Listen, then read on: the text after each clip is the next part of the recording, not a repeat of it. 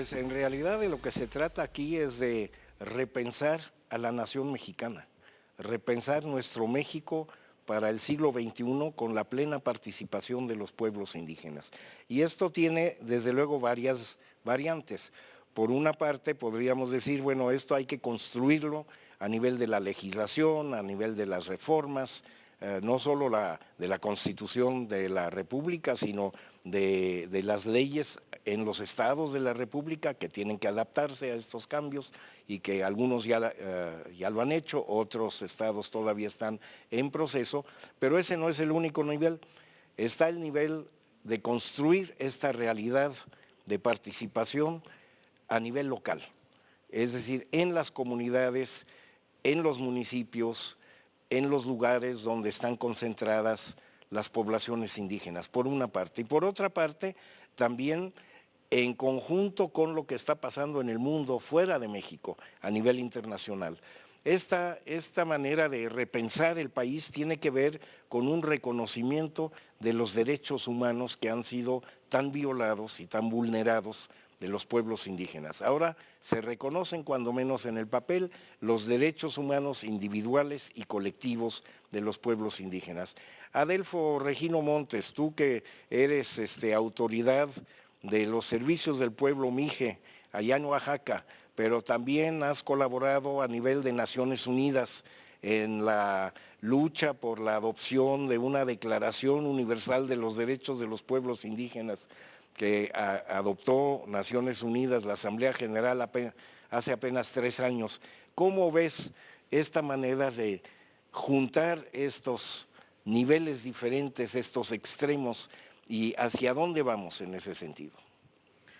Muchas gracias, doctor, por darme la palabra y bueno, agradezco al auditorio por seguir y por escuchar esta serie de programas televisivos que han hecho referencia a la realidad,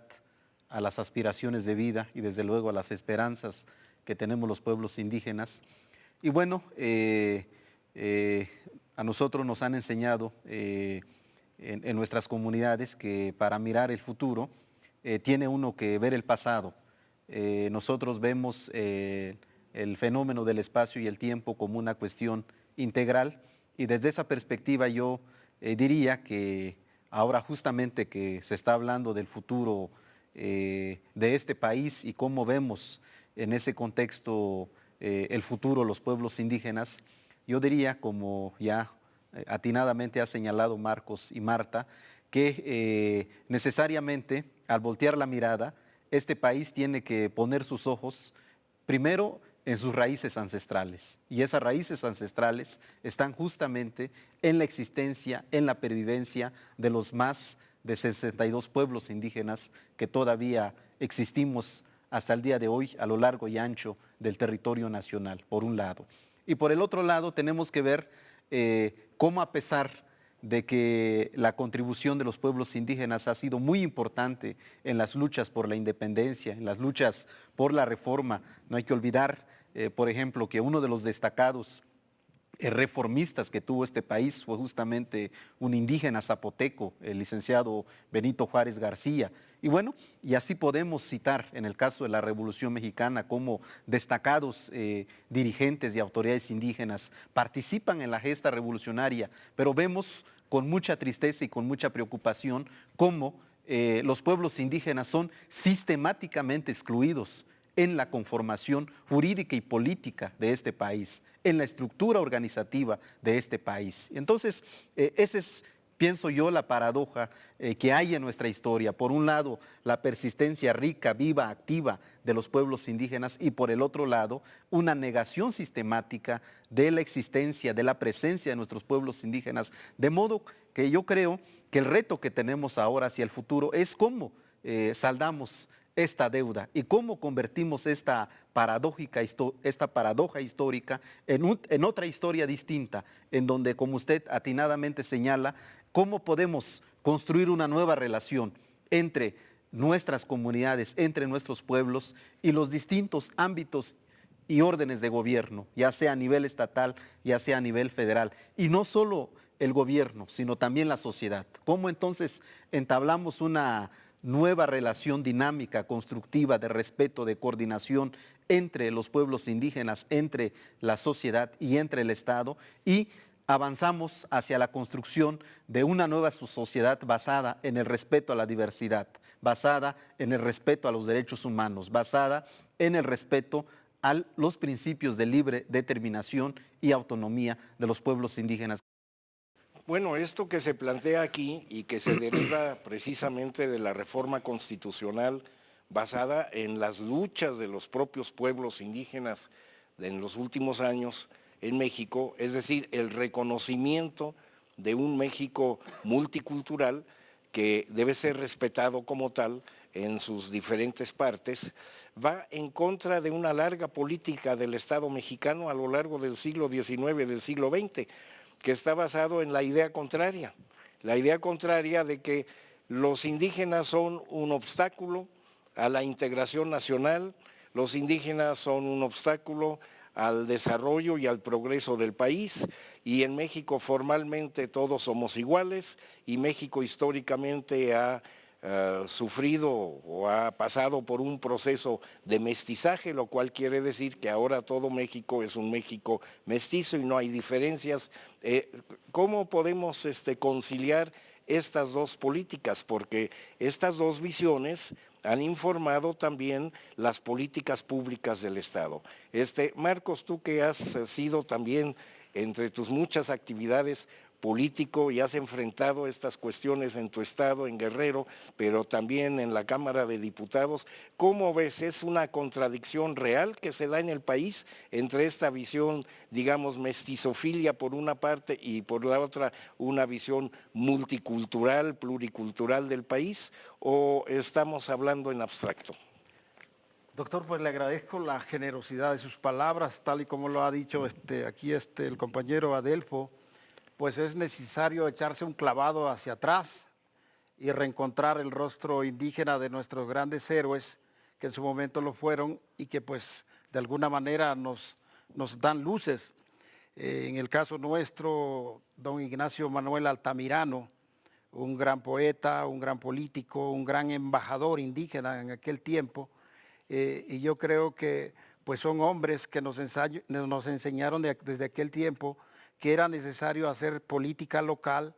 pero también política global, política internacional. Desde el siglo XVIII, desde el siglo XIX, nos dieron estas lecciones, ¿no? Y de alguna manera ellos con su presencia, yo creo que lanzaban a gritos